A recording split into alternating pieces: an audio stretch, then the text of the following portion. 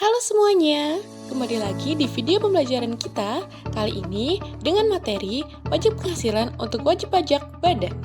Pajak penghasilan badan atau yang sering disingkat sebagai PPh badan memiliki peran yang sangat vital dalam sistem perpajakan di Indonesia. Setiap badan usaha, baik berbentuk perseroan terbatas atau PT, koperasi, yayasan, maupun bentuk usaha lainnya, wajib memahami dan memenuhi kewajiban perpajakan.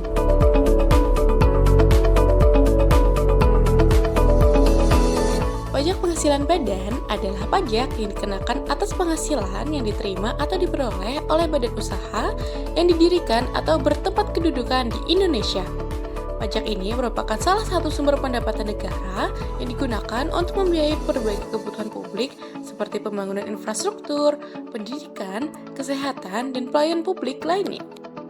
Subjek pajak penghasilan badan terdiri dari dua kategori. Pertama, wajib pajak badan dalam negeri dan wajib pajak badan luar negeri.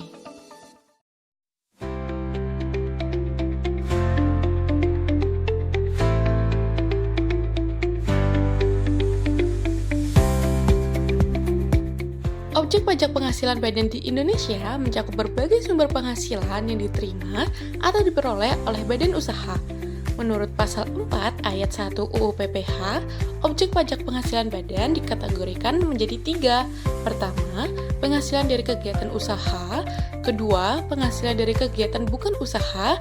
Dan yang terakhir, penghasilan lainnya. Bagi wajib pajak badan dalam negeri, berlaku prinsip worldwide income nih, yang berarti penghasilan yang diakui adalah yang diterima baik dari dalam maupun luar negeri. Tarif pajak penghasilan badan di Indonesia telah mengalami beberapa perubahan dalam beberapa tahun terakhir. Berikut ini adalah beberapa tarif PPh badan yang berlaku saat ini. Yang pertama, tarif umum PPh badan yaitu sebesar 22% dari penghasilan kena pajak. Kedua, tarif khusus untuk perseroan terbuka. Ketiga, tarif PPh final untuk UMKM yang dimana wajib pajak badan ini dengan omset di bawah 4,8 miliar per tahun dapat menikmati tarif PPh final sebesar 0,5% dari peredaran bruto. Dan yang terakhir, pengurangan tarif untuk penghasilan kena pajak tertentu, terdapat fasilitas pengurangan tarif sebesar 50%.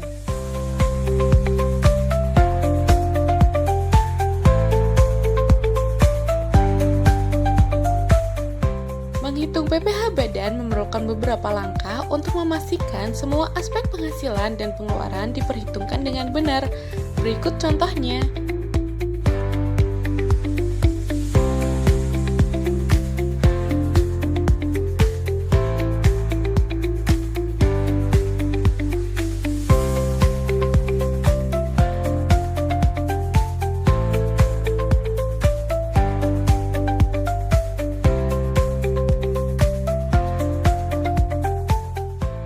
Pelaporan SPT tahunan badan di Indonesia diatur oleh berbagai undang-undang dan peraturan yang memastikan kepatuhan wajib pajak terdapat kewajiban perpajakannya.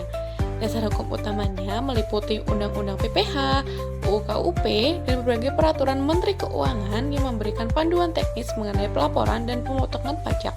Pelaporan SPT tahunan badan adalah kewajiban tahunan yang harus dipenuhi oleh setiap badan usaha yang memiliki nomor pokok wajib pajak atau NPWP di Indonesia. Pelaporannya dapat dilakukan di DJP online menggunakan e-form dan mulai nanti tahun 2026, pelaporan untuk pajak tahun 2025 mulai menggunakan Cortex.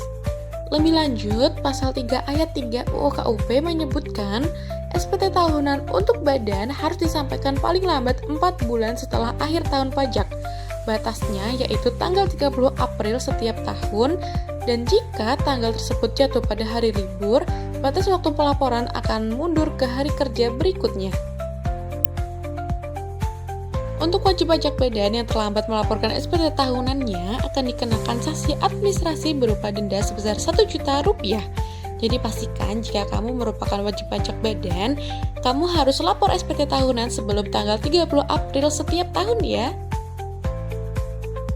Selesai sudah materi konsep PPh badan pada hari ini. Terima kasih telah menonton. Sampai jumpa pada video pembelajaran berikutnya.